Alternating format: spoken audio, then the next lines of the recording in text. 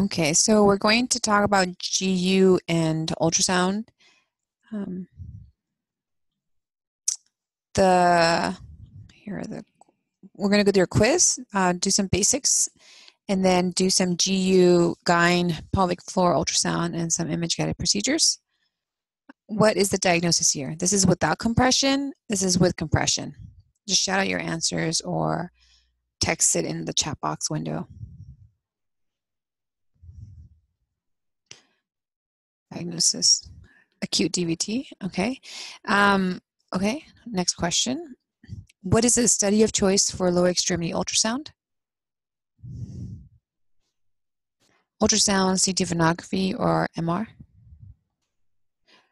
Ultrasound, okay. What is the most common, which is not a routine MRI sequence? So in MRI, we have different sequences. D, okay, so anything's D. Any others? Everyone's in agreement?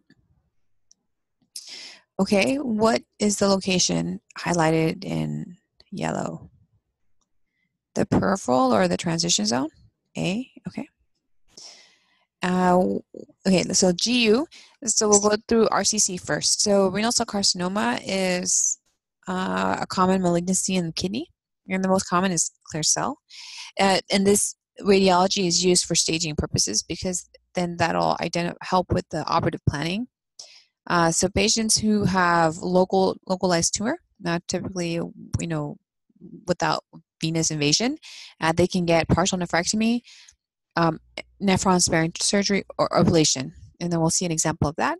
RCC is known to have venous invasion, and in some instances will go up to the atrium. It'll just grow straight into the atrium. Incredibly enough, RCC is indolent enough that even if you have venous invasion in the up into the atrium, you can still resect it. I heard it's like peeling, when you have a sausage and you peel off the sausage, it's like that with tumors, renal cell carcinoma. The other tumors that like to have venous invasion is HCC, hepatocellular carcinoma, which can invade the portal vein. So imaging is important for staging purposes because it can give you the TNM, tumor node, and M, metastasis staging. So here is a MRI. So we have two sequences. The first one, what kind of sequence do you think it is? T1, T2, DWI, DCE?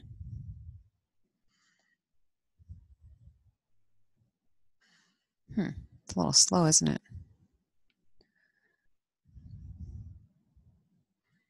Let's see. My guess is it's probably going to be a little slow. This one's okay. All right. I'm not sure why this is. Okay, that's okay.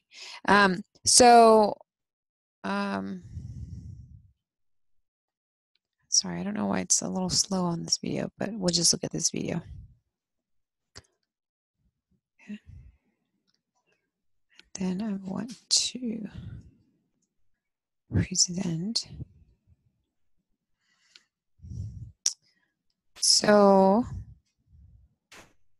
we have two sequences. This one, I'm not going to play the video because it's a little slow, but what we have is if you look at the fluids in the bowel, it's bright. So bright fluid we typically see that in T2 sequence. And here you have the right and the left kidney. This is a coronal image. The head is on the top. Here's what structure? What structures appear on the right upper quadrant? Liver, good. And then here, so you have the right kidney and the left kidney. Which side is abnormal? The right or the left? The left side, okay? And then if you look at the contrast enhanced, here's a right renal vein, here's a left renal vein. Is that a normal looking renal vein compared to the contralateral side?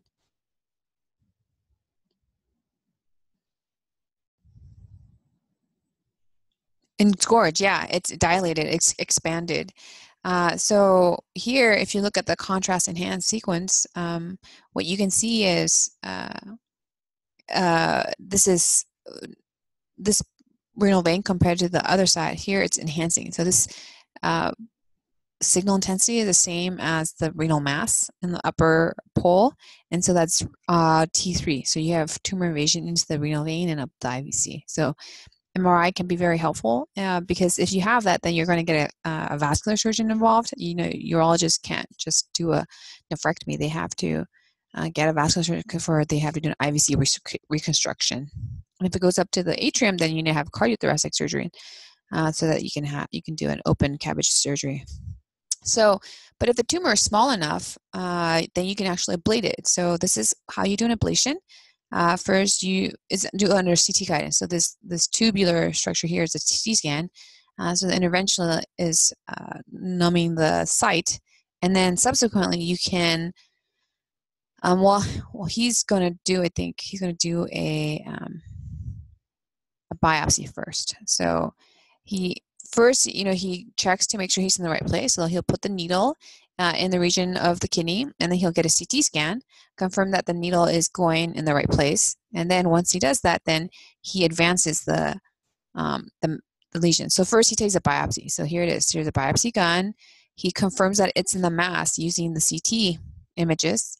And then once he shows that the lesion is in the mass, then he takes a tissue to come right there. So here we see a CT scan. Let me just pause it for a sec.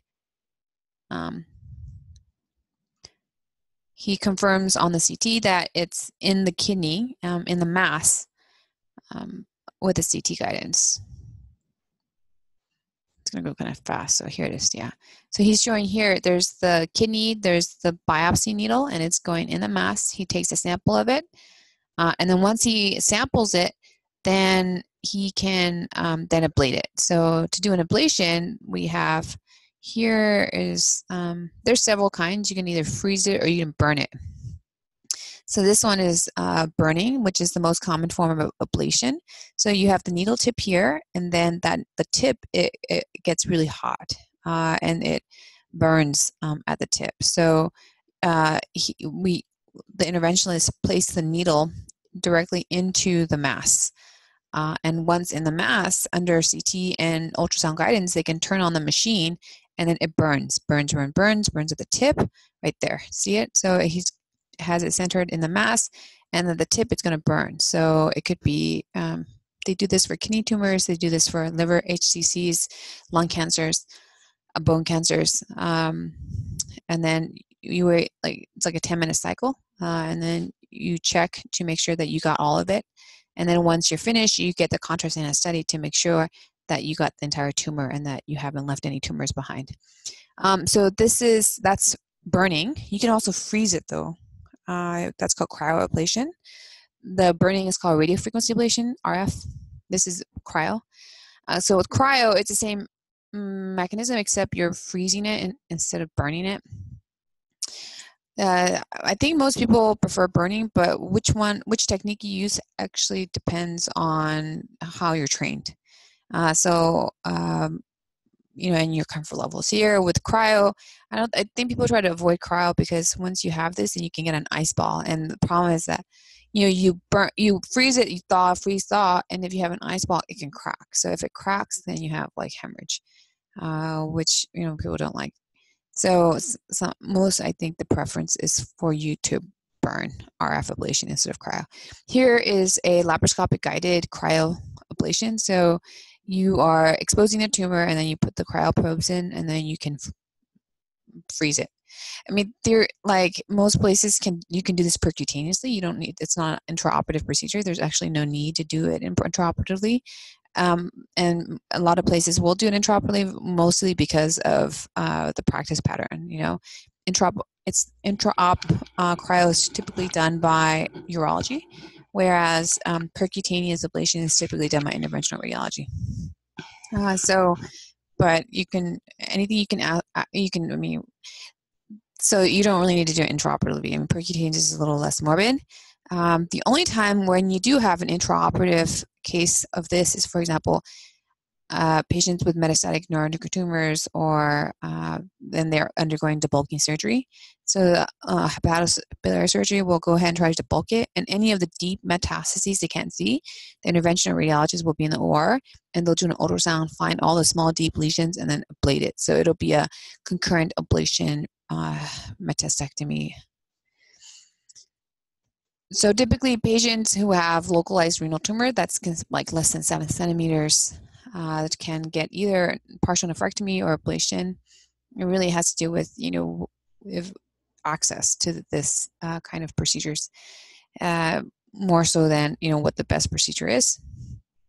The RCC is increasing because of CT use. We do CTs now all the time, especially in the ER. So then now we're just picking up all these incidental lomas, we call them, because we just incidentally see them for other reasons that patients present with. And the malignancy has to do with size. So typically we say if it's less than 3 centimeters, patients, unless they're young and active, they should, they're probably okay to be watched and actively surveyed because of the morbidity and mortality of treatment. And now we have image-guided biopsies, which is completely accepted and endorsed now by American Urology Association, and then can offer alternative percutaneous ablation in addition to sort of like laparoscopic nephrectomy or partial nephrectomy, which is a lot more complex. So other things can happen on the CT involving the GU tract. This is one of them. Hopefully the video will load. Okay, great. So this is a contrast-enhanced CT of the abdomen, and now we have a coronal reformat. So what is the structure here?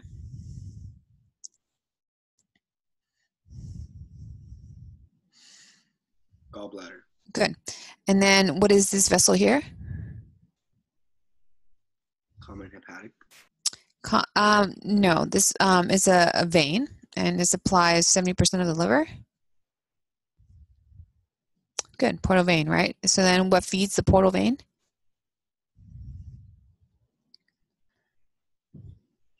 So common hepatic is right here. It comes off the celiac. And, it's important to know you can, common hepatic is the source for bile ducts after liver transplant. So that's why hepatic artery thrombosis is so scary, because it can take out the bile ducts after liver transplant. Whereas the liver itself is fed by the portal vein, 70%. So here we have the ureters bilaterally, and here are the ureters, this tubular structure here, and one here. So if we follow this down or up, for that matter, you have the collecting system, which is enhancing here, and then here you have enhancement, and then you go up here, which is it's distended, and so distension of the renal pelvis and the ureter is called what?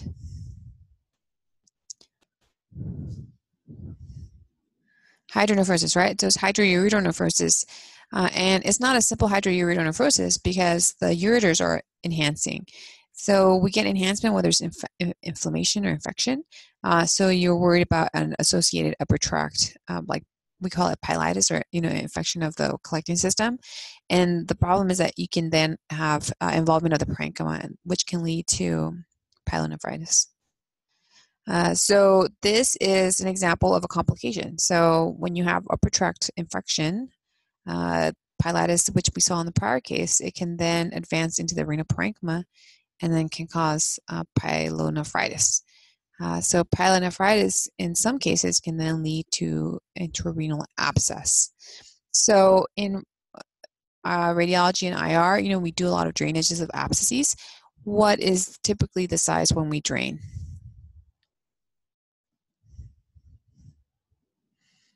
At what point will the patient not respond to IV antibiotics and will probably need good? Yeah, so Josh said it. Hold on one second. So the patient had an abscess. It's taken a little longer to load, but here we have a CT scan, and here's the abscess. And so we did a percutaneous drainage and a pigtail placement under CT guidance, and you can see the there, and then here is a follow-up of that same patient. Here it is. So that went kind of fast, but you can see the pigtail coil. Oh God, how do I make it go slower?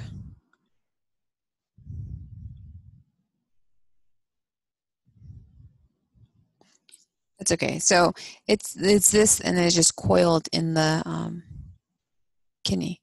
Okay, so let's talk about a more common cancer, bladder cancer. So here we have a pilogram. So this is a CT scan that's been reconstructed to then give you this image.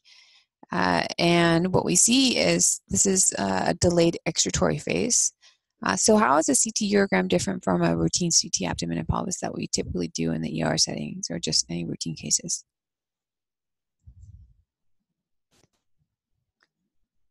So a CT urogram, how is that different? So when we do, so go ahead. Method of contrast. Can you explain a little bit more? Taking serial images, yes, exactly. So taking serial images, and so how do we acquire a CT urogram? What's special about a CT urogram? When do we take the images for a CT urogram? Do we take it in the arterial phase, in the venous phase, or in the late excretory phase? Any thoughts? Contrast, when we give contrast, we give it intravenously, and it basically follows blood pool. So it will go into the kidney, it'll get cleared by the kidney, and then will be excreted. And that takes about 7-8 minutes from the time it's been injected. And so when it goes into the collecting system, you can see the contrast now in the renal pelvises, the ureter, and the bladder. And so that's called a urography, the urogram phase. So you can, in CT urogram, we do a non-contrast and then we do a split bolus. What that means is patients get one bolus and then we wait 7 minutes. And then on the 7th minute, we give them another bolus, half a bolus each, so that you make one full dose. And then you give the second bolus at 7 minutes and then you scan the patient. So when you scan the patient, about a minute later, you have the first bolus, which is in the collecting system, and then the second bolus, which is in the renal parenchyma, so that you can see both the renal parenchyma and the excretory images at the same time. And you just scan the patient once instead of doing it twice, so you save the patient a radiation exposure. So here we have a CT urogram, and we see the collecting system here, and then we have these filling defects in the left lateral wall. This could be the prostate in men who they have large prostate, and that can impress on the bladder. Here we see the filling defects in the lateral wall. So is this a normal finding, or what do you think about this finding?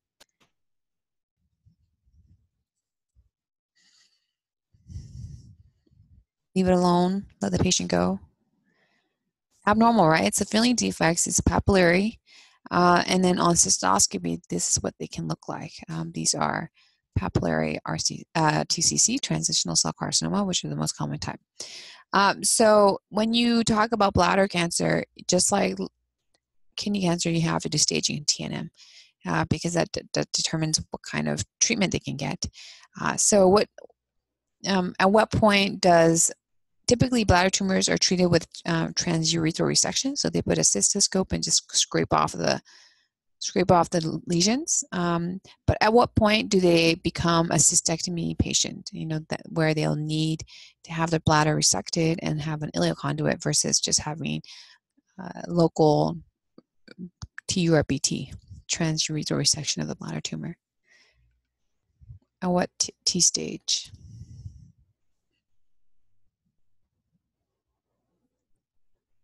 When they invade what part of the bladder? So the bladder has the muscularis, and then you have the detrusor muscles, the deeper muscles. So when do they become a cystectomy patient versus TURBT? Any thoughts?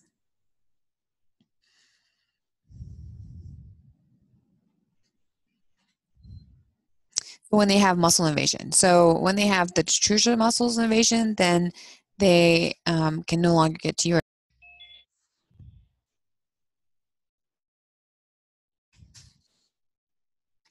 I think I lost you guys. I'm sorry. I think my internet.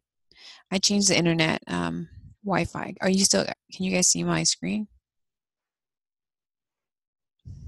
Yes. Okay, sorry about that. I changed my internet connection to a different one, so hopefully this will be more reliable. I think I was talking about bladder cancer and how, if it's muscle invasive, then you need a cystectomy versus a non-invasive, non-muscle invasive bladder cancer. So let me go ahead and relaunch that.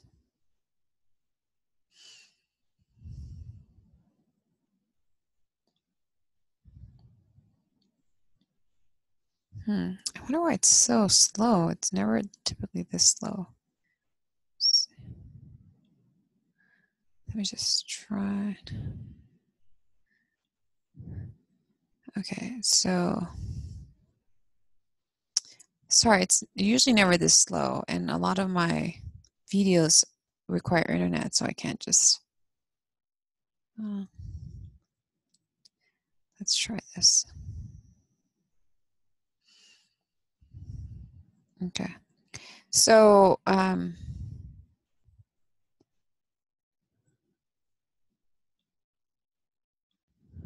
okay, let's try to play this.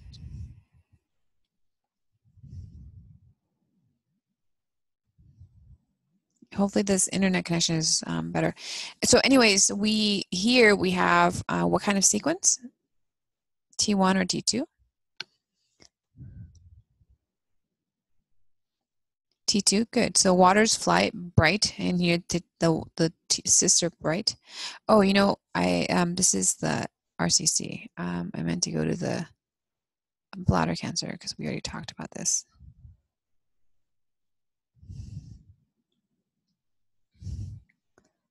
So here on the bladder cancer,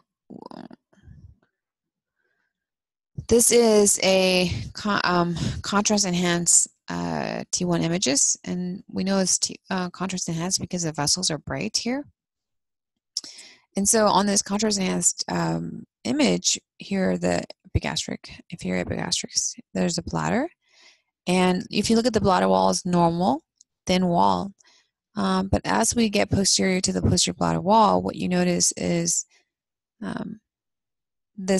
the muscle becomes a little thickened, and we will more clearly see sort of this thickening of the bladder here, and there's this enhancing lesion in the bladder wall. And here, if you looked, if the urologist looked under the cystoscope, it would be very hard for them to see this compared to the papillary lesion that we saw earlier, because it's deep in the muscle. And we see that confirmed by MRI. So MRI has the best soft tissue resolution, so you can really distinguish differences in soft tissue signal. So here's the bladder, here's a nice normal thin wall, and when you get to the posterior bladder wall, we see that lesion within the bladder. So this is a bladder tumor, and this will require what kind of procedure to treat? TURBT, chemo, cystectomy, ileal conduit. Any guesses? The one that we saw. Cystectomy, yeah, because it has deep muscle detusion or muscle invasion. So it's really important to stage them properly because it changes their treatment. Patients who have the papillary projections, that have muscularis invasion, it's fine. But when it involves the detusion muscles, then they need to get radical cystectomy. So radiology for bladder cancer, it's important for the TNM staging. It's not routinely done because most of the T staging is done by cystoscopy with biopsy, but I think that MRI can really help, although it's not part of the guidelines. But if they're concerned about perivesical invasion or locally invasive disease, then radiology can help with that. T, of course, it can help with the nodal staging, and then M for metastases. It's bladder cancer is common, 74,000 new cases, and then 15,000 deaths per year. They call it like it's a field effect, sort of like cirrhosis. When you have an HCC pops up, very likely the patients will have another HCC. The same thing is true with bladder cancer. But typically patients are smokers, and so they think that all the urothelium is abnormal. So if you have a bladder tumor that pops up, patients often get multifocal tumors, and then it recurs commonly because of that local field effect. And patients have to typically get the TNM staging to then determine what kind of procedure treatment is best to treat their disease. So American College of Radiology has the ACR appropriateness criteria. If you're taking care of a patient and you don't know what to order, just Google ACR appropriateness criteria and the diagnosis, right? So, or the presentation, a headache, chest pain, abdominal pain, and then it'll tell you exactly what to order. So if you're taking care of a patient with bladder cancer, you can type in, bladder cancer ACR appropriateness criteria, and then they tell you, here is what you should do. So if it's pre-treatment staging of invasive bladder cancer, then get a chest x-ray for pre-op screen, and then you can get a CT abdomen pelvis with and without IV contrast. Or MRI pelvis with and without contrast. MRI is better for T staging because CT, you can't really see the TUS derivation, not in the same way that you can see with MRI, and it can be complementary for a CT urogram. So CT urogram, we talked about earlier, is multiphasic. You have a non-contrast part, which looks for stones, and then you have a combined venous excretory phase. It's a split bolus. So you have two contrast timing during the same scan. So that can help you look for filling defects, renal masses, and then you get the reformats. Okay, let's talk about MRI a little bit. So MRI is different from CT scan. How? What are some of the differences of MRI from CT scan? Less radiation. No radiation. Big one. What else? Takes longer. It does take much longer, right? It takes much longer. There's no radiation. So, but what are the advantages? Soft tissues, yeah, Madeline said it. So you get exquisite soft tissue resolution that you otherwise would not see. Like, for example, that bladder tumor, you wouldn't see that. You just see bladder wall thickening because all the attenuation on a CT scan would be the same. So it uses the hydrogen. So there's, our body is mostly made up of water. And so it looks at the spin, like the spin of the hydrogen. And then based on that, you can then recreate images. So it's important because patients who have pacemakers and clips, it's a magnetic field. It's 3 Tesla, with 1.5 or 3 Tesla, which is very high. So it can mess up cardiac pacemakers and clips. So you have to make sure that if they have foreign bodies in their body, that it's MR compatible. And there's also renal function, right? If you want to give contrast, the patient has to have a minimum GFR of 30. We don't use creatinine, we use GFR using the MDRD equation, which accounts for sex, gender, race, so that it's a more accurate reflection of the renal function. So GFR has to be greater than 30. And it's not because you're afraid. If patients with like GFR less than 30, gadolinium, the concern is not renal failure, as with iodine, it's more of NSF, systemic fibrosis. It's very rare now, and I mean, in fact, the most recent guidelines from the American College of Radiology even question where it's more flexible now, so it's not a strict cutoff because NSF is so rare now with the newer agents. The gadolinium, so gadolinium it's different from iodine. Iodine is what we give for CT. Gadolinium is what we give for MRI. If you have, for example, a contrast reaction to CT contrast, can you give gadolinium or not? Yes, correct. And that's, one indication. So if the patient has severe allergy, for example, anaphylaxis, then you can do the MRI with gadolinium because there's no cross reaction. Gadolinium, and there's different kinds of gadolinium. Gadolinium brings out the images, but the concern again is the NSF, which we're seeing with the older cases in patients with renal failure, but that's less of an issue now. There's 2 major types of gadolinium. One is a linear agent, and the other one is called macrocyclic. Gadolinium is a rare metal, and it's incredibly toxic. So it's chelated by these chelated molecule, big macromolecules that neutralizes this.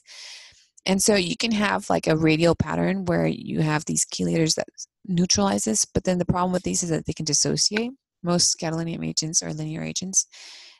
Some of the newer agents are macrocyclic agents. You can imagine if you had a cage, a spherical cage, that cage in the gadolinium 3+, then these don't dissociate. So it's a lot more stable than the linear agents. Some places, for example, in Europe, all the hospitals in Europe only use the newer, like the macrocyclic agents. The American College of Radiology said that the risk is actually really small, so they don't have this black box warning against linear agents, and that the benefits, if the benefits outweigh the risks, then you should use gadolinium. So how does MRI work? MRI is, all of our bodies are made out of protons. And so when we get into an MRI scanner, all the protons line up in north and south pole. And what happens is you can then excite certain types of protons. So for example, if I were in the classroom with you, U8, and I had a tuning fork, and you all had tuning forks too, sort of different types of tuning forks. And I had you guys spread out, right? And then I like rang my tuning fork, and one of you has the same type of tuning fork as I do. The minute I bang it, like it's going to emit a wave that is then going to excite one of the tuning fork that one of you guys are holding. So then, and then from there, I can then listen for that signal. I listen for that sound. So once I listen to it, then I can localize where that sound is coming from, and then put that signal in that space, in that spatial relationship. So that's what MRI is. So when you are in an MRI, you can excite certain protons. You can excite fluid. That's a T2 sequence. So then the fluid, things containing fluid is going to be bright. You can excite fat. You can excite, so there's certain things you can excite. And so harnessing these features then can help you bring out certain features. In the same way that you can excite a signal, you can suppress a signal. So you can suppress fat, you can suppress, different things. So that's sort of how a T1 and T2 MRI sequence work. But we have other sequences. Sequences are like apps on the phone, right? The MRI is just the actual iOS or the Android, and then you build apps on top of it. So, you play with the different parameters, and then you create different apps. So T1 and T2 is one of them, and then the other one's dynamic contrast imaging, which is, it uses contrast enhancement. The other one is called DWI, diffusion weighted imaging, which looks at water motion. So the way I would describe this is, if you had a bowl of water and a sponge, you put that sponge in the bowl of water, what's going to happen to the sponge?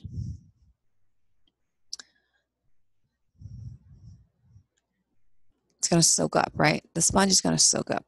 But what if you put a little marble or a little rock in that sponge, and then you put it in the bowl? Is it going to be homogeneously soaked? No, the rock is going to be restricting water motion, right? Because it's really dense, and that's what happens with tumors. So normal tissues have normal water motion, and a tumor growth, a cancer, it's very hard. It's very firm, it's very hard, and it restricts water motion. So you can measure how much water motion is restricted, and the more it restricts, the more concerned you become, okay? And so you can do that kind of stuff. So I'm going to use prostate as an example of these MRI parameters, and also talk about the disease of prostate. So the prostate is it's sort of like the breast cancer equivalent in a man, very similar. It's sort of endocrine regulated, almost, but it's between the bladder and the GU diaphragm, general urinary diaphragm, and it's shaped like a heart. So the apex is on the bottom, not on the top. The top is the base. Okay. So this was a question that we had. So the peripheral zone is there's two zones. There's a peripheral zone and a transition zone. So you guys correctly stated that the peripheral zone is here, and this is the rectum, and the transition zone is here. So most prostate cancer occurs in which zone?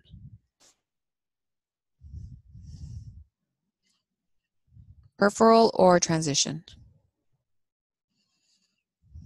Peripheral zone, 70%. But that means 30% still happens in the transition zone. This is why we do a rectal exam, is because you can palpate the peripheral zone nodules. So conventional MR, we typically use a 3 Tesla magnet, and then we get the T2, T1, and then we get DWI. So we use, so here's an example. This is the normal prostate. This is the peripheral gland. This is the transition zone. This is the rectum. This is the pubis symphysis. And then here we see this, so normal prostate is actually excretory gland. So it secretes sucrose and all these like nutrients for the ejaculate. And so it's a lot of fluid. So it's a hyper intense region. Transitional is more heterogeneous. Here, what we see is that normal hyperintense fluid-containing structure is being replaced by this T2 dark lesion that has mass effect. And here you can see that here, that little knuckle. So it's outside the prostate, so it becomes a T3 lesion. And here you see that knuckle here. So now you can also do DWI, which we said has to do with water motion restriction. So here we have normal prostate peripheral gland, which is, normal, it's fluid containing, so it's going to be hyperintense. Here it's restricting, so it's dark, right? That's the little rock in the sponge that's going to restrict water motion. And here we see that down here, and here we see that here. Okay, so that's how we know that this area is abnormal. And then here we also do a dynamic contrast imaging looking at the contrast enhancement. So normal prostate is homogeneously enhancing, but cancers are hyper enhancing like this. And here you have that here and here. So when you combine all these three things, you can then get a diagnosis. So you have a T2 mass, dark mass here that has increased vascularity and that restricts tumors. So you have incremental increased confidence that this is prostate cancer, and that's what it is. Okay, so we talked about LIRADS before for liver cancer, HCC. We have the same thing for prostate. It's called PIRADS, and it's just like LIRADS. We have 1, 2, 3, 4, 5. 1 is normal, and 2 is benign. BPH is, for example, one condition, and then incrementally up to 5, and 5 is highly suspicious. So here, what do you think? So this is the T2 sequence, this is the contrast, and this is the diffusion. Which area is abnormal to you? The right, the left, the transition zone, the peripheral zone? Any guesses? Good, the right peripheral. Right peripheral. Okay, so everyone thinks the right. So here, I think is what everyone. So you have this area that's restricting diffusion. It's dark and it's right on DWI, and it has this T2 dark mass, and it's enhancing, right? So this is a peripheral lesion, and so based on PIRADS, then it becomes a highly suspicious lesion, and you give a number. And if it's 1 or 2, you leave it alone. 3, 4, or 5 patients often get a targeted biopsy by the urologist to then identify cancers. So actually the standard of care right now is a blind biopsy. They call it a template biopsy. So they basically take a sample of 6 different parts of the prostate, typically just a peripheral gland, and then tell you if there's cancer or not. This is kind of unusual because no other cancers do we do that. We don't say just take a systematic biopsy of the breast or bone or liver or kidney or anywhere, right? We never ever do a systematic random biopsy for any other cancer except prostate. And well, it is what it is. But now we have MRI. So even though the standard of care is still a template biopsy, it's changing. It's kind of exciting because now we have MRI so that we have targeted biopsy. So you don't just randomly biopsy the prostate. You can actually target the area of interest. So this is an example of a transrectal ultrasound. So this is standard of care. And I wonder how I can advance this forward.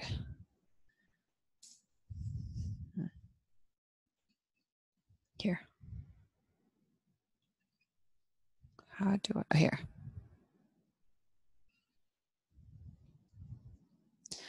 I want to control the speed of it. Let's see.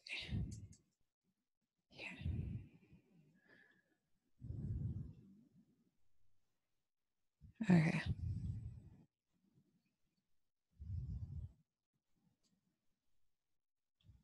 So this is what a transrectal ultrasound looks like. The urologist puts a probe into the patient's rectum, and like here, for example, right? So the patient's rectum is here. They put a probe into it, and then they can get an ultrasound. So this is what the ultrasound looks like. Right here, there's the prostate. You see how on ultrasound, you really can't differentiate the transition from peripheral. I mean, it's really hard. It all looks very similar, right? So that's why you use the MRI. And then they can then do a biopsy. So there's different ways to do a biopsy. You can either do a transperineal or a transrectal. Here, we're going to watch a transperineal approach. So they put the ultrasound probe into the rectum, and then right here, you see it. Here's the prostate, right? It's really hard to differentiate. I mean, we don't use ultrasound to diagnose cancers on prostate because you just can't tell, right? It all looks the same. It's very, very hard. And then once you have then they do a random biopsy, right? So they put the needle, they numb the prostate, typically with the biopsy. And then once they numb the prostate using a transperineal approach, then they'll take random biopsies, which hopefully we will see here.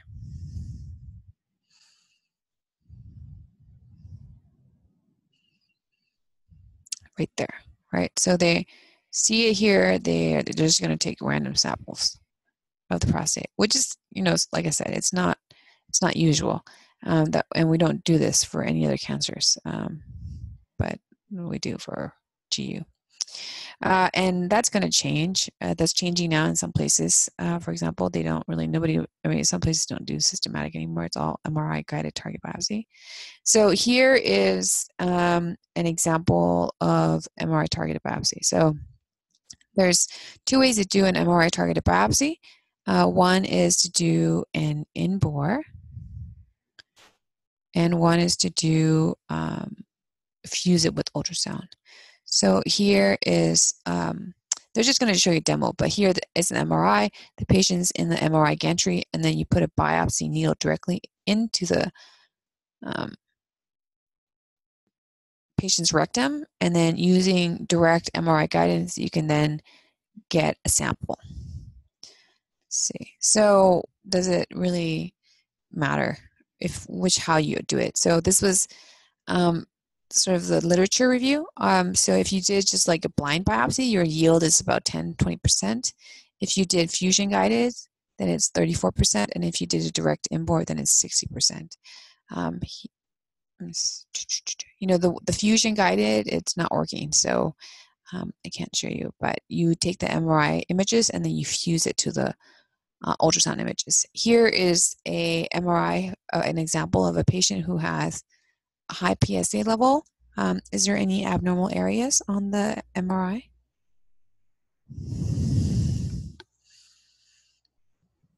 Is it peripheral gland, transition zone, right side, left side, midline? Okay, Josh is guessing transition. Anyone else? Midline, okay. Mid upper, good. Oh my gosh. Yes, so we see this lesion here that's restricting here in the transition zone, midline, anterior, and then it has abnormal enhancement, right? So this is a Peyer's 5 lesion. So then the patient went on to get a biopsy, and the fusion biopsy was BPH. And you're like, okay, that doesn't make any sense because there's clearly something suspicious. So the patient then got an in-bore biopsy, and they put the needle here. It's a really anterior lesion, right? So they had to like really push the needle into the mass, and then it came back as Gleason 3+4. So typically, what we say is most patients can probably just get a fusion, or we get a regular truss systematic biopsy. If it's negative and the PSA is still elevated, then they can get an MRI, and then with an MRI, they can get targeted biopsy with ultrasound. If that's negative, then they can get an in-bore, because certain lesions, like in the transition zone, it's really, you can miss it on an ultrasound really easily. You can see, even with the MRI, it's hard. You have to really like shove that thing, and because it's such an anterior lesion. So you see, like for example, the rectum is like displaced anteriorly from the pressure. Okay. So there's advantages and disadvantages. Okay, so let's talk about another one. Oh man. So this one is a patient who had a BPH, and then had a Urolift procedure. So a Urolift procedure is, I'm sorry, my video, I guess a lot of the videos that I had before have been since removed from, which is really unfortunate, but that's okay. We're going to find another one. Okay, how about this one? So a Urolift procedure is a urologic procedure that is used for BPH when they become refractory to medical therapy. So BPH is typically treated with medical therapy first, and then if it's refractory, then they can get these procedures, and one of them is called a Urolift. You basically staple the prostate across like that, and you do that both sides. And basically that opens up the lumen of the urethra. Okay. So you do that, and then you do the same thing on the other side, and then you basically open up the urethra. Okay. So here, this patient had that done. So the patient had that done, and then it didn't work. The symptoms came back. So then the patient was taken and evaluated, and then was taken for prostate artery embolization. So we saw images of transarterial embolization for HCC, and now you could do the same thing for the prostate for BPH. So here is the pelvic vasculature. So you have the common hepatic, you have the internal iliac, and then the external iliac. This is the Foley balloon. Here are the Urolift clips that you see on both sides of the prostate, right? So this is a DSA, digital subtraction images, angiography. So this is the internal butendal, and you see this vessel here that goes into the prostate. That's the prostatic artery. Okay, so then so then you can super select out the prostatic artery, like we did, for example, a TACE for HCC. So you super select out the prostatic artery, and again, right, the Foley catheter is here. Here are the Urolift clips, and here's the prostate that's nicely vascularized, and here's the catheter that you selected out. You stuff a bunch of beads into it, you block off the artery, and then after the embolization, you check and look, that artery is now gone, right? Here are the Urolift clips, here's your Foley balloon, totally embolized and devascularized. And you do the same thing to the other side. On the right side, so here we see the pre-embo, and the prostatic artery is super selected. Here on the right side, here's the we've catheterized the internal, and then now you've got the prostate artery. Here's the Urolift clips here, and then post-embolization, you no longer have flow to the prostate. So you could do a PAE, prostate artery embolization, for patients with refractory BPH to medical therapy and other sort of more aggressive interventions. So radiology does that. Here's BPH, so very, very common, right? It's a component of age, and it can cause lower urinary tract symptoms. Patients they have like frequency, urgency, and it's bad. Can make them nocturia. So prostate cancer happens most commonly in the peripheral zone. Also, although 30% happen in the transition zone. In contrast, all BPH happens in the transition zone. Okay, so this little thing here, transition zone in normal men is small, but in BPH it becomes markedly enlarged. And that's a component of age, unfortunately. So this is what a normal prostate looks like. Here you have the peripheral gland, which is nice and bright because there's a lot of fluid. It secretes stuff. And then here's the transition zone, which is a little bit more heterogeneous. Here's a man who has a normal prostate size. And here's abnormally large prostate. So patients, so Josh question, can we use prostate PAE for cancer? No, PAE is only for BPH. Prostate cancer is treated, the accepted treatment right now is surgery, prostatectomy, radiation therapy, and then in some scenarios, high intensity focused ultrasonic cryoablation. PAE is not a treatment option. So here is a ginormous prostate. So, with the prostate, you've got the nerves. That's in the 5 and 7 o'clock position of the prostate and the peripheral lateral, right here and right here, these little dark stuff. So patients with BPH, the other thing that they get is erectile dysfunction. And so when their BPH is treated, their erectile function returns back to normal or definitely improves. And we usually wonder why. And so if you look at the MRI, this is my theory on why men with BPH get ED. It's because of neuropathic. So patients like little fat babies, they get shoulder dystocia and they can get brachial plexus neuropathy from their brachial plexus being stretched out. I think the same thing happens with patients with BPH because you have the nerves here.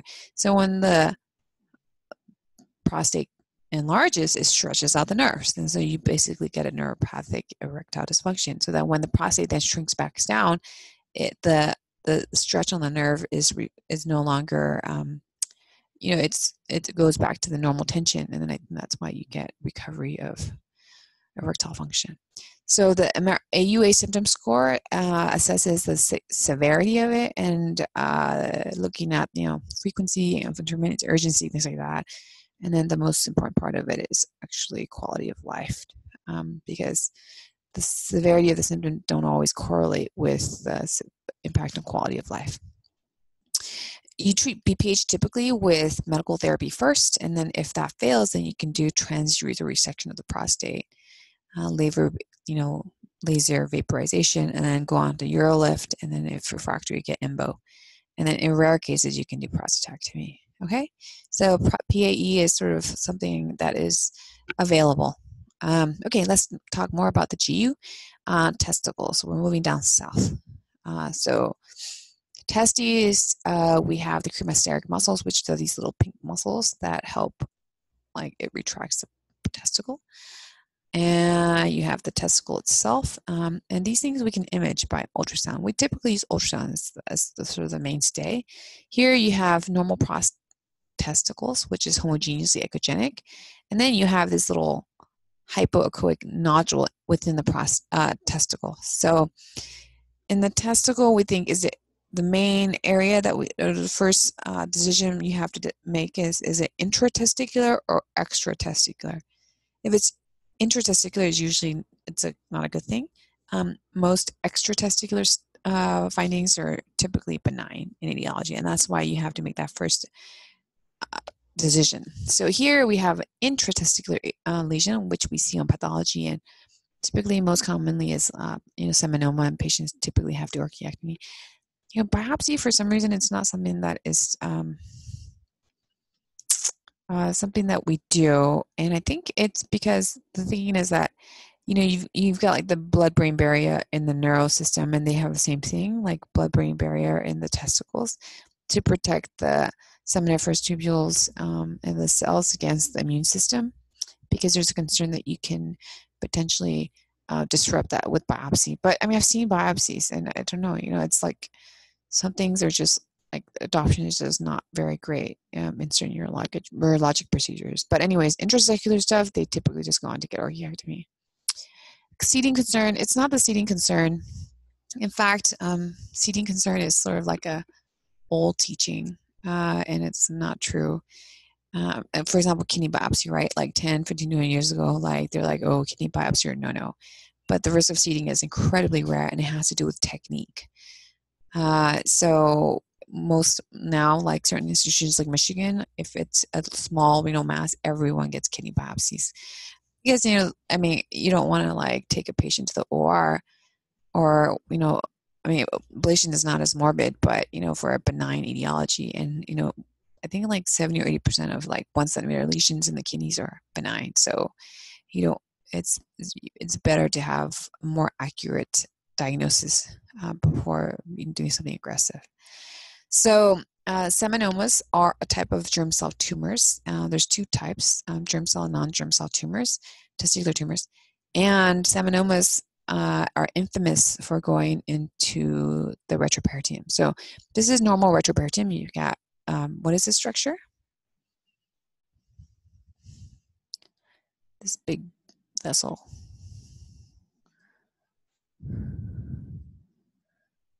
Okay, my friends.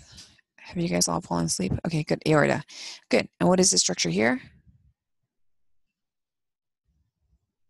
Good. And what is the structure here? Good. So you see this black stuff is the normal fat plane that separates the, what is this structure here? Get extra points for this. This little dot. This one is the SMA. Okay. The thoracic duct is maybe a little smaller, but this is the SMA. So you have normal fat plane between these structures that, separates them cleanly. And here we don't have that at all, right? You lose the fat.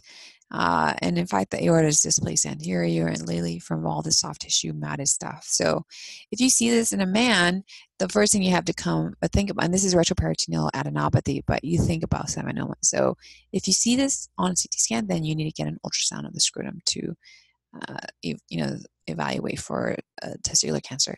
So here's a normal looking testicle. It's nice and homogeneous and round. Here is an abnormal looking testicle. It's very heterogeneous. It's big. And then on pathology, you see this mass that basically replaces the entire testicle. There's different types of testicular cancers. You can have seminomas and you have non-seminomas. And so one of the lesions that are in the non-seminomas is the teratoma. So you get sort of like the different layers and stuff like that. And typically they don't have as good of a prognosis as seminomas. So again, this is the normal testicle. You have this sort of heterogeneous sort of infiltrative process. And then you get pathology, which shows teratoma. Benign things can happen in the testes. And one of the benign things is called an epidermoid cyst. That's when you have keratin that basically is like an inclusion cyst.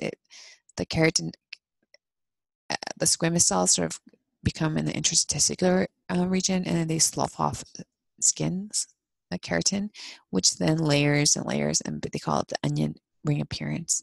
And that's a benign lesion. But, if you see this classic image, then you're like, okay, this is benign, but you don't always see that. So you sort of don't know until you've taken it out, which is what they've done here. But, it's not just cancer. The more common things that can involve the testicles is infection and inflammation. So you have here a patient with, very red edematous left testicle. And then you have the ultrasound. And what do you see on the ultrasound?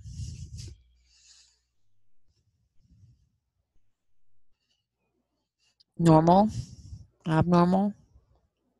If abnormal, then which side? Good. So call it, so there's increased flow. Which side? Left. So what are you thinking? There's hyperemia, decreased flow. Okay, yeah, so the left side is hyperemic. It's so we see this hyperemia typically in orchitis, so inflammation of the parenchyma of the testicle, which can happen with infection. This is actually normal flow, so it's all sort of like relative because you see the arterial flow here, so it's actually normal. So what about here? Which one's abnormal, this side or this side? So in ultrasound, we look at the grayscale, which is the black and white, and then color Doppler images. So here, we think it's the right side. Okay, this side is abnormal. Left side. No, Madeline disagrees. Madeline thinks it's the left side because there's no flow.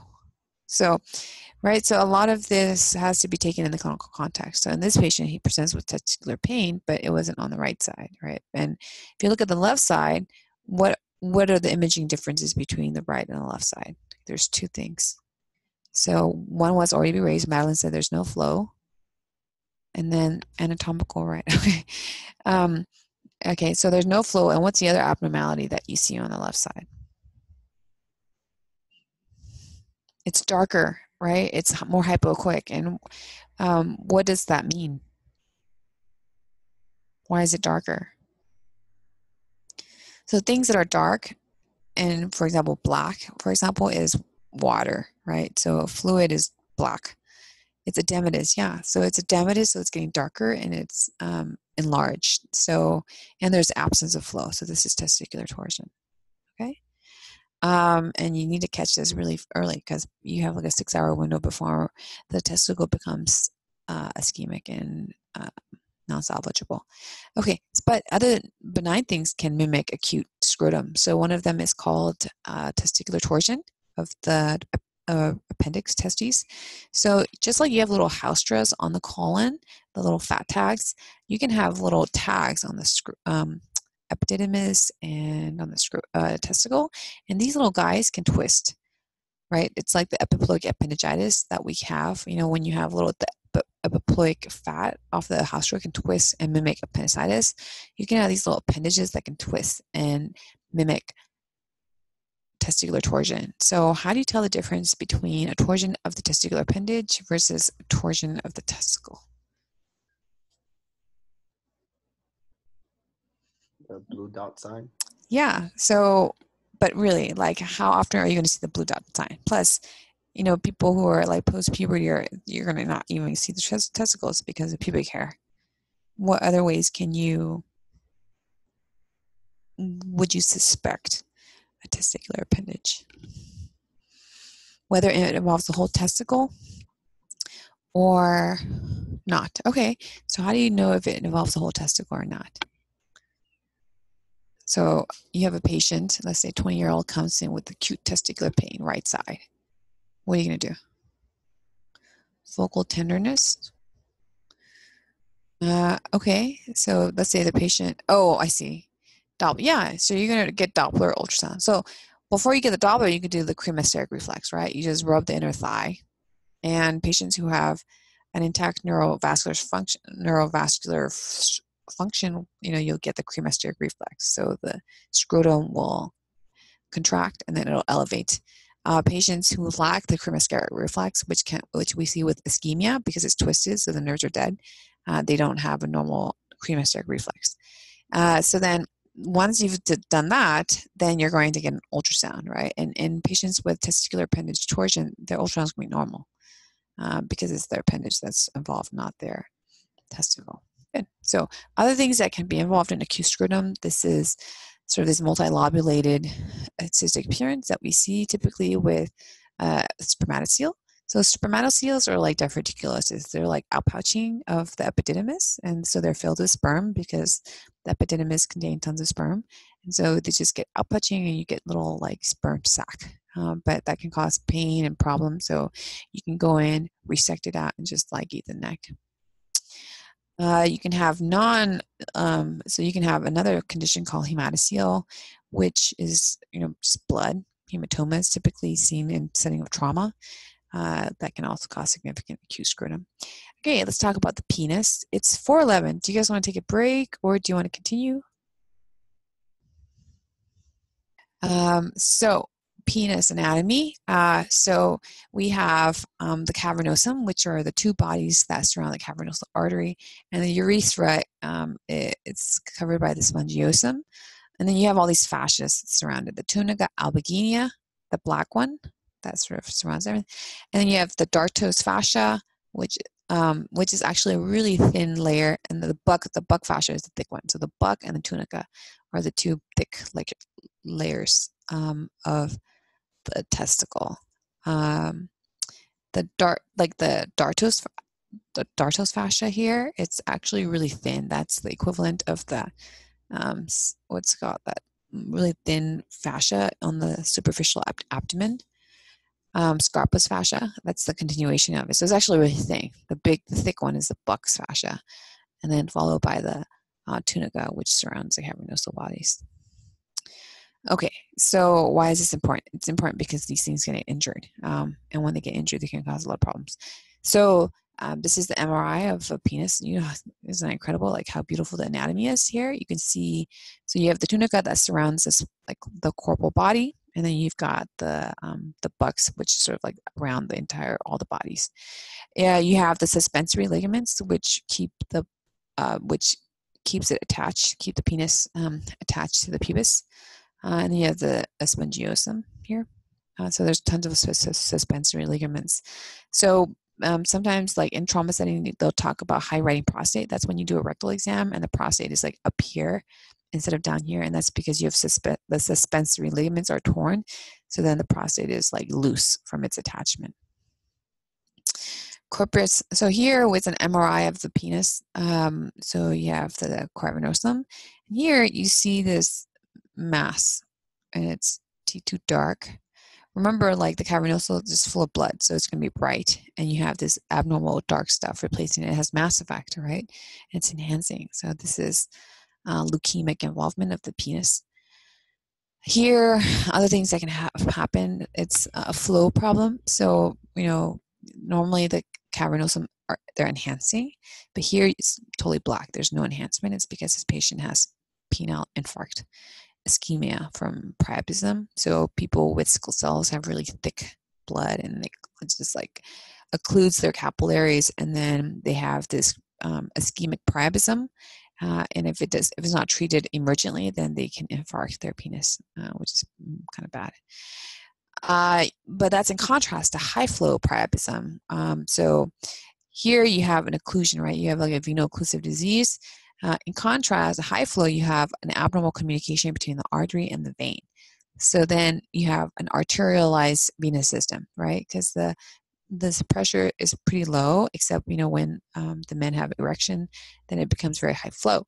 But here you have an abnormal communication between the artery, which is high pressure, versus the venous system, which is low pressure. So you have arterialization of the venous system. So you have a chronic priapism. And this is not an emergency. This can be treated sort of non-emergently, in contrast to the other condition where you have to treat it emergently.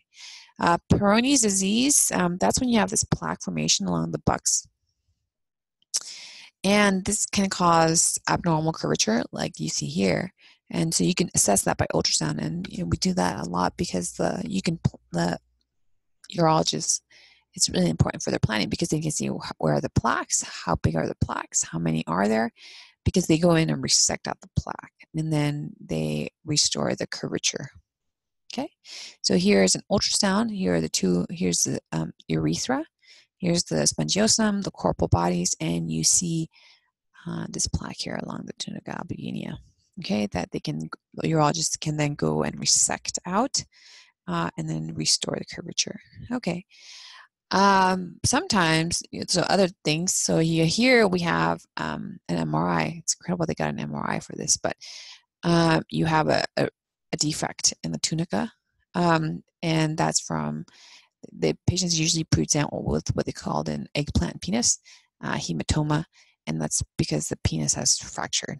It's like a penile fracture. It's not really a fracture like a bone fracture, but it's just there's a disruption of the tunica. And this is important because if they don't correct this, then the patient can have long-term erectile dysfunction. Okay, let's keep going down south. So urethra. There's two segments of the urethra, anterior and posterior. So anterior is below, anterior to the GU diaphragm, genital urinary diaphragm, and then posterior is the membranous and the prostatic urethra.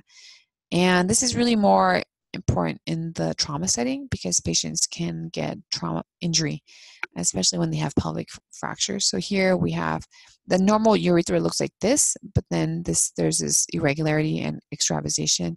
So this is the retrograde urethrogram, BRUG. So the question here is, what segment of the urethra is involved? The prostatic, the penile, or the bulbous? Prosthetic. Good. Okay. So the bulbous urethra is down here. The penile urethra is here along the length of the penis. So this is the bulbous urethra. Good. Urethral strictures. This we see patients with chronic trauma. Sometimes we see patients with STIs. They can narrow, and then it can cause stricture, which can cause problem. And this can be reconstructed and restored by the reconstructive urologist. When do you do studies? So, we saw this is a RUG, retrograde urethrogram, to look at the urethra. So there's different kinds of studies you can do. You can do a cystoscopy, which looks at the bladder to look for bladder rupture. You can do a CT with contrast, or you can do an X-ray RUG. So a retrograde urethrogram looks at just the urethra. So if you're worried about the bladder, you're either going to get a CT pelvis or a cystogram, okay? So if it's a blunt injury, CT is better because you can look for fractures, you can look for hematomas, you can look for non-urethral diagnoses as well. Another condition that we can see is called a urethral diverticulum. Just like you can get a diverticulum of the colon, which causes diverticulosis, tics of the seminiferous tubules, which gets stomatocyl, you can get the same thing with urethra, and that's called a urethral diverticulum, and that's what it is. And they can cause incomplete emptying. Anytime you have stasis of anything, you can have increased risk of UTIs. So patients can get super infected. This is an example in a patient of a woman here. So there's this diverticulum here. And then on the MRI prostate, if you looked at this and you didn't know it was a woman, you think it's a man because you're like, oh, it's a prostate, but it's a woman. So this is a urethral, they call it a horseshoe diverticulum, which surrounds the urethra like horseshoe. And then they can do a reconstructive repair to remove that because that can increase the risk of infection, inflammation, and then eventually cancer. So we're moving on to ultrasound. Okay, so this is a DVT ultrasound. So here is the right common femoral vein, normal, and then this is with compression. So the veins should kiss each other, okay? This is the most important thing when we assess DVT ultrasound is compressibility. Here, this was your quiz question. It is a non-compressible common femoral vein. So that was consistent with acute DVT that you all answered initially. DVT is a very common problem. 170,000 people with first-time DVT. High ultrasound is your test of choice. Chronic DVT. So chronic DVT. So eventually, what happens is acute DVT will evolve, and once it evolves, and it becomes chronic. And how you distinguish it is what it looks like. So acute DVT is typically intraluminal like this. It's expanding. In contrast, chronic DVT, the clot, a lot of it has already dissolved. So it'll get slowly reabsorbed by the body, right? That's just a normal body mechanism. Or if the patient's on anticoagulation, it'll slowly remove the clot and reabsorb it. So chronic DVT, it's crescent, it's eccentric. So you still get a filling defect. So it's still not compressible, but it's incompletely compressible. So instead of the veins kissing each other like this, it's going to be a little thick because you have the eccentric clot that remains. Sometimes it can scar down. Sometimes the vein itself can get narrowed. So it looks different. It will be incompletely compressible, so it'll be partially compressible, in contrast to an acute DVT, which is non-compressible. But the severity of it will depend on the age of the clot. So when we do a DVT, we look at the entire system. The deep system is the femoral and the popliteal and then the tibial vein. So these are all part of the deep system. So if there's a clot in the deep system, then you need to anticoagulate the patient. In contrast to the superficial system, which is the GSV, great saphenous vein, and then the lesser saphenous vein, those are in the superficial system, so you don't need to anticoagulate. Okay. So here is an example of how you do a DVT study. Patients are on their side, sort of not on their side, but sort of like they have their legs opened up like a frog, and then the ultrasound tech then does compression. So they do compression, they do Doppler images of all the deep veins, okay? And here is what it looks like on ultrasound.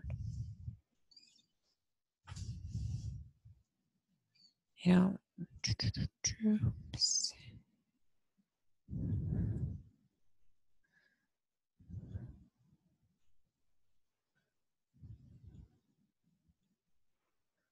Okay.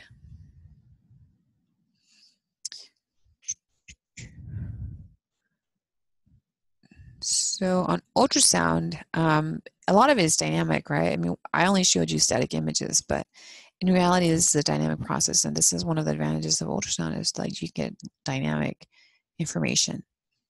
Um, what happened to it? Oh, here it is. Okay.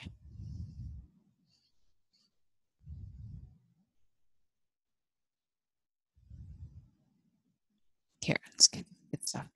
So now you have, here's the common femoral, and this is the saphenous vein that dumps into the femoral. And then once you identify, right, it should be nice and dark because that's just blood. So you look at the echogenicity within it, and then once you have the echogenicity, then you can compress it. And then, look for the two veins kissing each other. I think we're going to get to that in a second. Here it is. So here the technology is compressing. So the artery doesn't compress, but the vein compresses, right? And so it should kiss each other.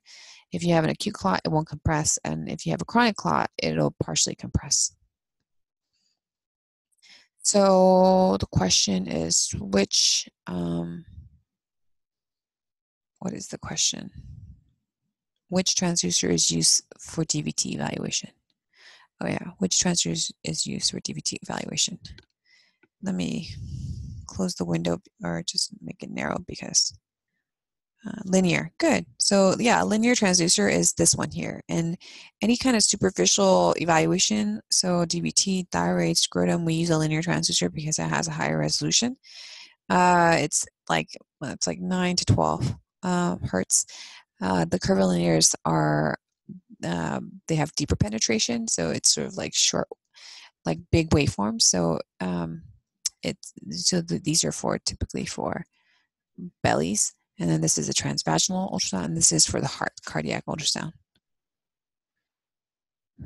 Okay.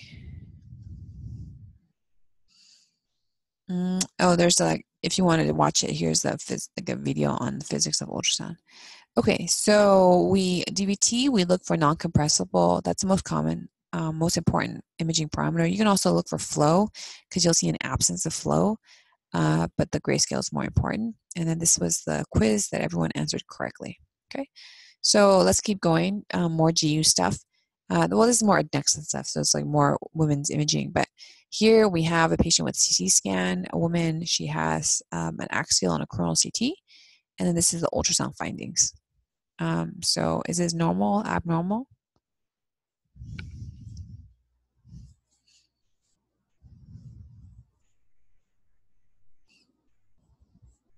Fibroids? Okay, that's a good guess. What about the ultrasound? Do they look solid like a fibroid? No. What do they look like on ultrasound? They look cystic. Good. And is it a simple cyst or is it a complex cyst? So things that define complex cyst are septations, nodularity, and flow. It's complex. Yeah. So you see these little nodules here and nodules here, and there's a septation here. These are not good signs.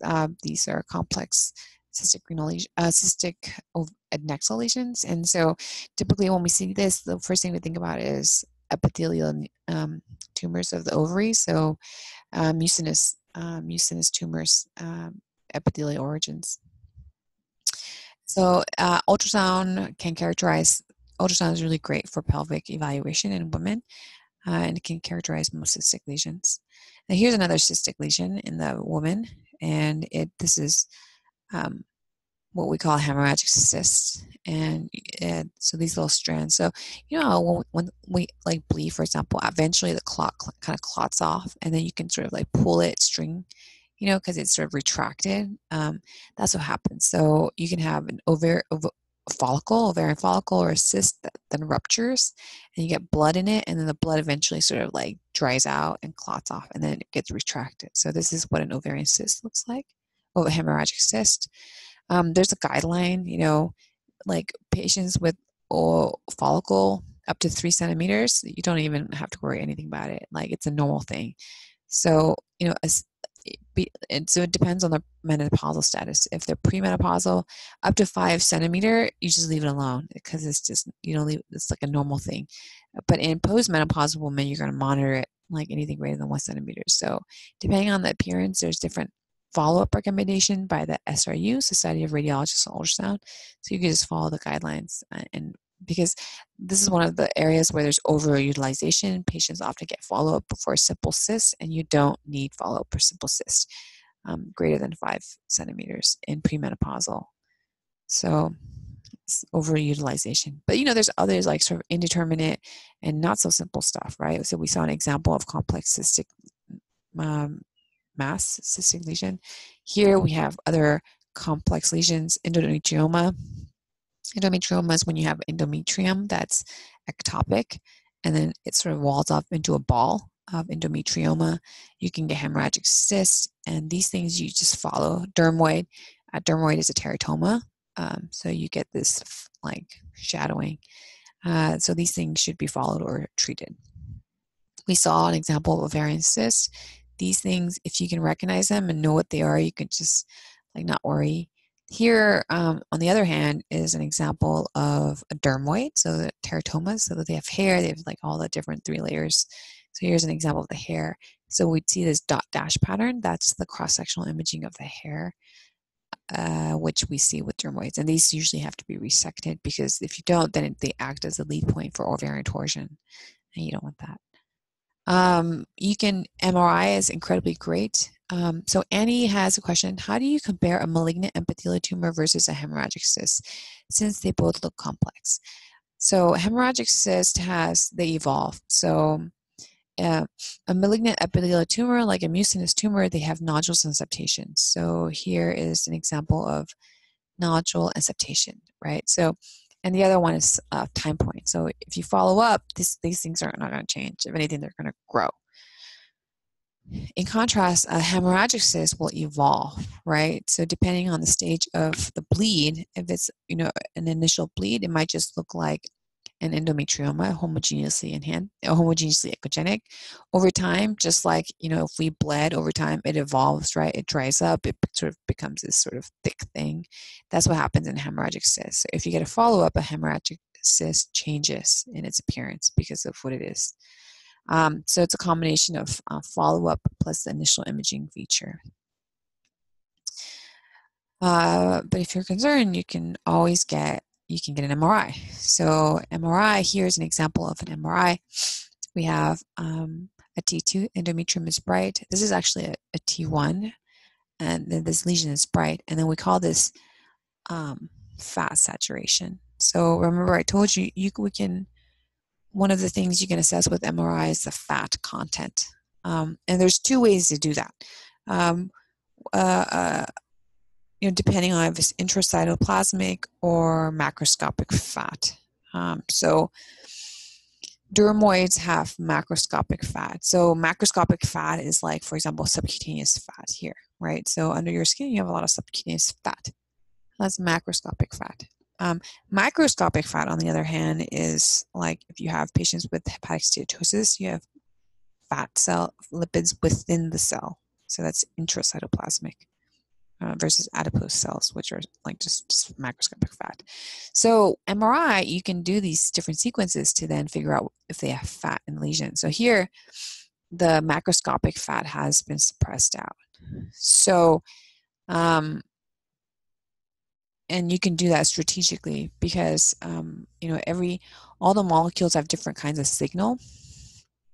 For example, if you had different, like all of us on a racetrack, we're all going to have different pace, right? And some of us are going to be faster and others are going to be slower, and so each of us have our own, I guess, pace, let's say, for when we go running. The same thing in our bodies. Things that have protons, right? Water, which is a really small molecule, it spins really, really fast. It's a really fast molecule. Fat, on the other hand, is CH4, carbon, so it's surrounded by these big max, so it spins really, really slow. So with these different spins, you can then identify as you listen to the spin, you can, based on the spinning characteristics, you know what they are. So once you know what they are and you hear that signal, you can selectively just turn off that signal. So that's what we've done here in this fat set image. You're listening for the signal of the fat, and then you turn it off. So now it's black, the signal void, except for the stuff that's in it. So you know this is a macroscopic containing fat. And the macroscopic containing fat in the pelvis is, of course, a teratoma, right? You can also look for intracytoplasmic fat using a slightly different modified sequence called in and a post phase. And that looks at, going back to that racetrack example, right? So let's say you had a runner who's twice as fast. So at some point, they're going to be opposite of each other, and at some point, they're going to be running together. So when they're running together, it's like a summation. You add them up. So their speed is, 2 times. When they're opposing each other, they're going to be going in opposite directions, so you cancel out the signal. So that's what happens in intracytoplasmic fat. You can take that imagine, and so when they cancel out, the fat drops out. So you can diagnose intracytoplasmic fat. Okay, so this is something else that happens in the pelvis. It's called endometrioma. This is when you have endometrium that's ectopic, and then every month there's a cyclic hemorrhaging and stuff like that. So then eventually it sort of get this fibrous ball, and they call it chocolate cyst because it looks like chocolate. It's kind of nasty, but there's a chocolate cyst, and it this is what it looks like on ultrasound. It's like this low level echogenicity.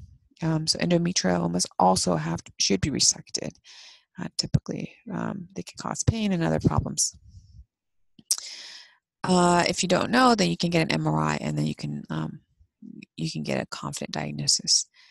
Okay, so this one is an MRI. It's I'm actually going to do the sagittal because I think it's easier. Let's pause this.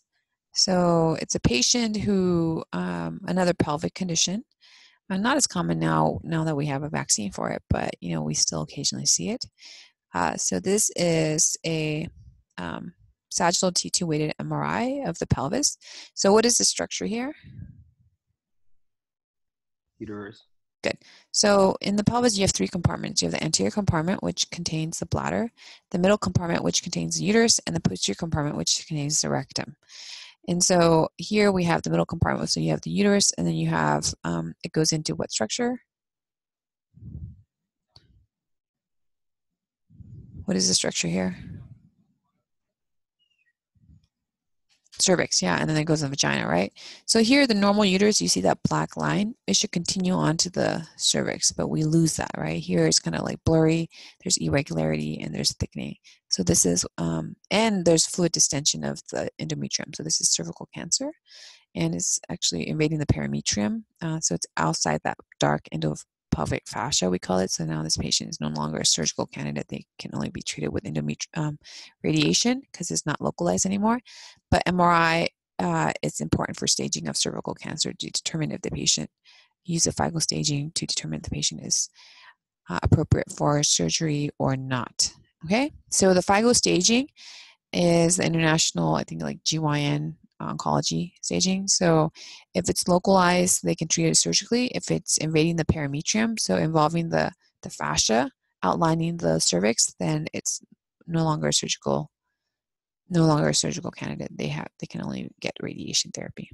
Okay, so other conditions that can affect the pelvis. So here we have a dynamic pelvic floor MRI. It's a patient Valsalva's on the MRI, and you see like all the compartments like collapses, right? Prolapses. So there's 3 compartments, like we said. You have the middle, anterior, middle, and posterior. The middle, the uterus, but here this patient is uterus is surgically absent, so they had a hysterectomy. When you have a hysterectomy, you can destabilize the ligamentous structures, as you can imagine, because everything is getting supported by ligaments and stuff like that. So here, when the patient Valsalva's, you see the bladder prolapses like down, and it just comes out, and as does the rectum. Everything comes down, right? So this is a severe pelvic floor prolapse involving all 3 compartments. So pelvic floor weakening involves half of the women over 50 years old. This is actually a big problem. over $12 billion spent annually on pelvic floor issues. Here's a pelvic anatomy. We have the anterior, middle, and posterior compartment. You have the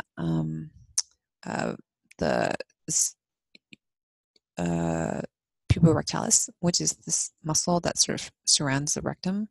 And when you sort of squeeze, this contracts and then it elevates your structures. So with pelvic floor prolapse, you get weakening of the pelvic floor muscles, which is made up of primarily levator ani. And patients who have had prior multiple pregnancies, who are obese, these all increases the risk of pelvic floor relaxivity, or weakening. So anyways, this is the pelvic floor. You have the anterior and the posterior triangle, and the levator ani are sort of like the hammock, right? It like holds everything up.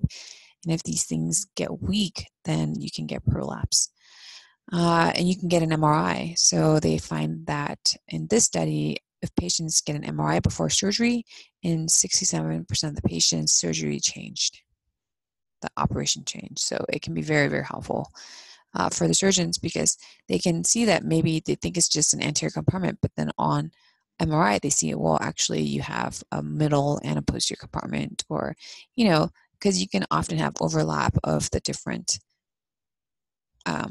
compartments that are prolapsed and the severity. So here patient poops on the rectum. So they put gel into the rectum and the patient poops, and then when the defecates, you see that the rectum prolapses down. So that's a rectal seal. Okay. Here is a really severe, you see when the patient valsalva, the entire bladder prolapses, so does the vagina. The patient had a hysterectomy, and the posterior compartment, everything just like falls off and falls down, right? So this is a really severe pelvic floor 3-compartment prolapse. Okay, so we talked about ultrasound a little bit. I don't want to go into how it works. It's just ultrasound, you want to have a window. If you have a nice window like you do with upper quadrant and the pelvis, then it's really great, because then you can see beautiful structures really well. So this one is the ultrasound, the radiologist sort of just goes through the different parts of the liver and the upper quadrant as you do it. So ultrasound is like the one study where you can get lost really easily. So it's really funny, because now, we have a lot of point of care ultrasound that the ER does. And in one study, they find that patients, when that's available, the point of care ultrasound, there's actually a higher use of ultrasound exams by radiologists, because you'll see something and you don't know what it is. And so then you'll get a subsequent ultrasound, which is then read by a radiologist, and then it gives you a diagnosis. So it's really important that if you're going to do ultrasound, you got to know your anatomy, and you have to know, all these different things that you can see. And then, many times you see it and you're like, you don't know what it is. So you end up actually overutilizing resources if you are not sure. And ultrasound is one of the conditions where it's really easy to do that if you don't have proper training. Here is an example of a patient who had a right upper quadrant ultrasound, and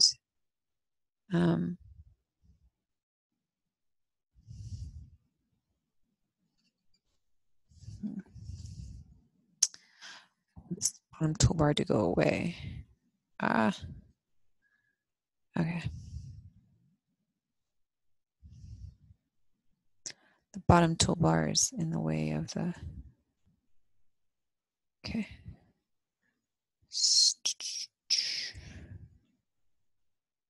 So right upper quadrant ultrasound is really great for ultrasound evaluation because you have a beautiful window to the liver, and so I'm going to take you through an example. So how do you diagnose acute cholecystitis? What are the imaging and what are the imaging criteria? Pericholecystic fluid. Good. Well, there's 2 hard imaging criteria, and then there's the rest are soft. What are the 2 hard diagnostic criteria? So the presence of gallstones, and what's the other hard criteria? CBD enlargement? No, that's a soft criteria. So is gallbladder wall thickening. What's the other hard criteria? What's the thing that you can do with an ultrasound? You can push on sonographic Murphy. Yeah. So you only need two things. You need a positive sonographic Murphys and gallstones, right? So those are the two imaging diagnostic criteria for acute cholecystitis. But of course, if you have gallbladder wall thickening, like you have here, pericholecystic fluid, then you feel more confident this is acute, sort of like a later stage cholecystitis. But you just need gallstones and positive sonographic Murphy in the distended gallbladder, and that's enough. Good. Hepatobiliary ultrasound. This is an anatomy scan, so I'm going to let you guys go like watch it on your own and just look at the anatomy of the liver. Renal ultrasound is another great exam because you have a beautiful window most of the time. Patients who are sort of on the heavier side, it's kind of hard because you have acoustic attenuation, but mostly, you can get a nice window in normal sized patients. And then we typically use it to diagnose hydro, renal stones, things like that. We do that a lot in kids. Pelvic is another beautiful, okay, well, that was an example of the pelvic ultrasound, but, it's like, but it's just a normal anatomy, but it's another really great way patients presenting pelvic pain.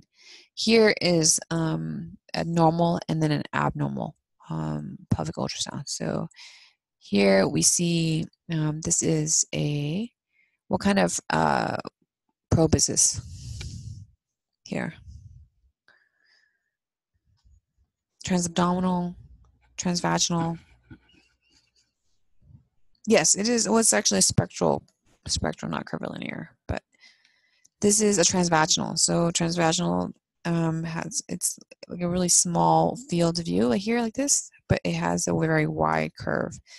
Curvilinear on the end is actually very wide, and the field of view is you get a bigger field of view compared to transvaginal. But transvaginal is really great because you see the transuterus like right next to the uterus, so you get incredibly beautiful images with like incredibly high resolution. So here you see the endometrial stripe, you see the beautiful myometrium, you see the serosa, and here's an abnormal case. Patient who has a positive pregnancy test. So ultrasound is really great for assessing patients if you're concerned about ectopic. So here's a uterus, tons of free fluid in the pelvis here. And then you see this heterogeneous collection. And of course, in this patient, there's this mass, a adnexal mass that's outside the uterus. You can probably get a Doppler signal on this to get a heart rate on it, but you're going to be highly, highly suspicious for an ectopic pregnancy, which is because it's outside the uterus, and hopefully you have a combination of color Doppler and heart rate. So what is the study of choice for acute pelvic pain in reproductive age? You could just shout out or send in your good ultrasound, right? And if you don't know, just look it up. Just type in HCR propionus criteria on Google and then type in whatever your symptom is. So if the patient has acute pain, put in acute pain and you'll get this document. And then they say, okay, order a pelvic ultrasound. Okay. And the other things are not recommended. So anything 7, 8, or 9 is recommended. 6 by 4 is not. And then definitely 1, 2, 3 is like not appropriate. In a patient with acute pelvic pain, non-gynecologic source, and pregnancy is negative, what do you do? Oops. What is your study of choice? Just shout it out or CT abdomen. Good, yeah. So why did you change? Could be appendicitis. Yeah, it could. So it completely depends on your differential diagnosis and what you're worried about. And so in this case, beta is negative. You're not going to worry about that. You're going to worry about other things that you're going to need a CT for. So ultrasound is not very good when you have bowel in the way. Of course, if it's a child, though, ultrasound first, right? Ultrasound first. Always ultrasound first. A child or a pregnant woman. Get ultrasound. If you can't get an ultrasound or ultrasound is equivocal, then what do you do?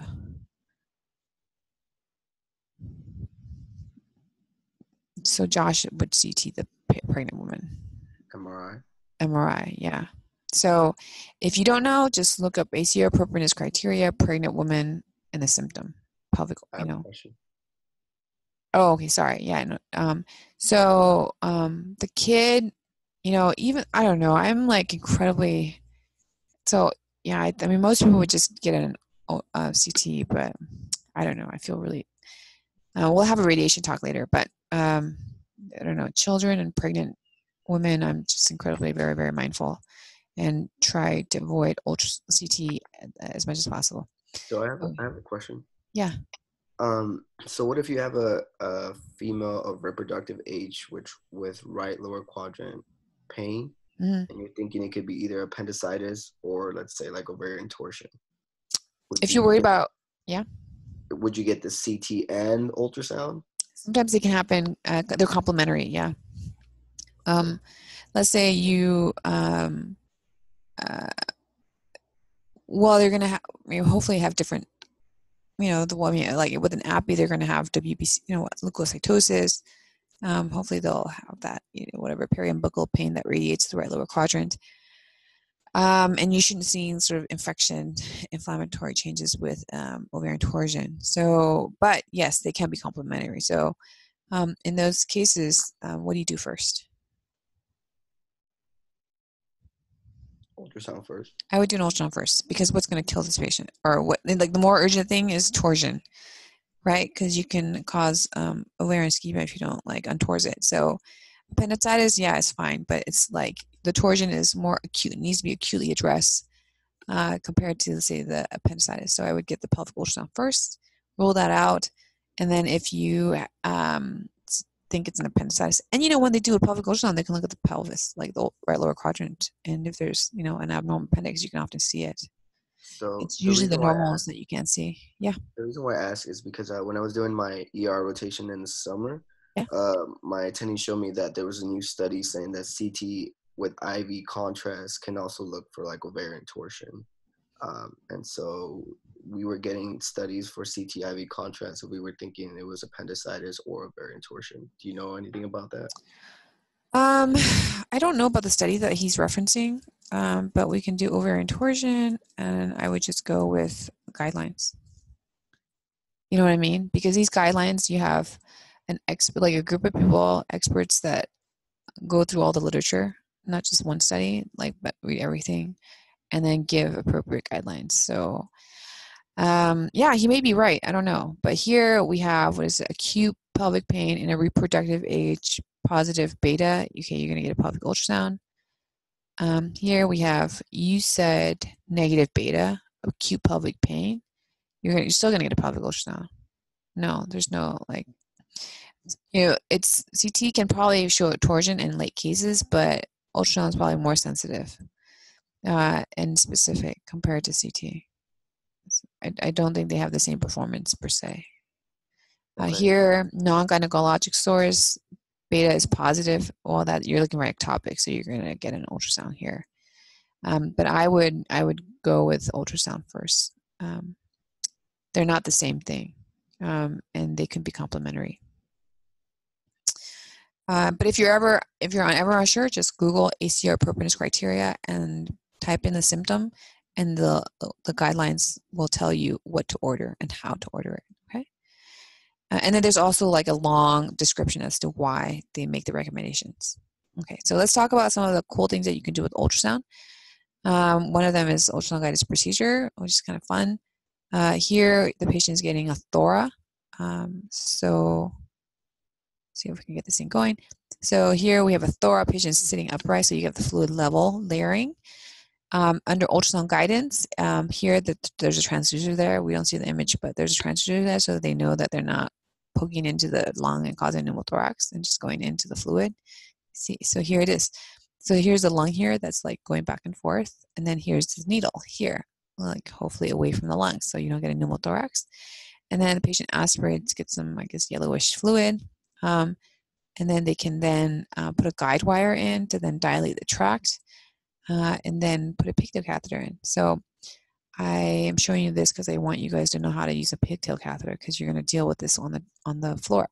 So here you put the guide wire in, you dilate it with the dilator, and then you put a 5 French catheter to then put in a larger guide wire. So once you have the catheter, you can, well, he's going to put it in Amplatz, but let's just, and then you can put in the pigtail catheter. So this is what a pigtail catheter is, right? So it's got holes at the end, and then this little thing here is attached, it's a string, and it's attached to the tip of the pigtail coil. So that when you pull this thing, it coils the tip, and then you wrap it around and you put it on this this piece here where it kind of locks it in place. So when you guys deal with patients with pigtail catheters on the floor, all the pigtail catheters work the same way. It's locked. So you have to release this little guy. So you can just either like use your fingernails and just pop it out so that it's released, or you can cut this thing.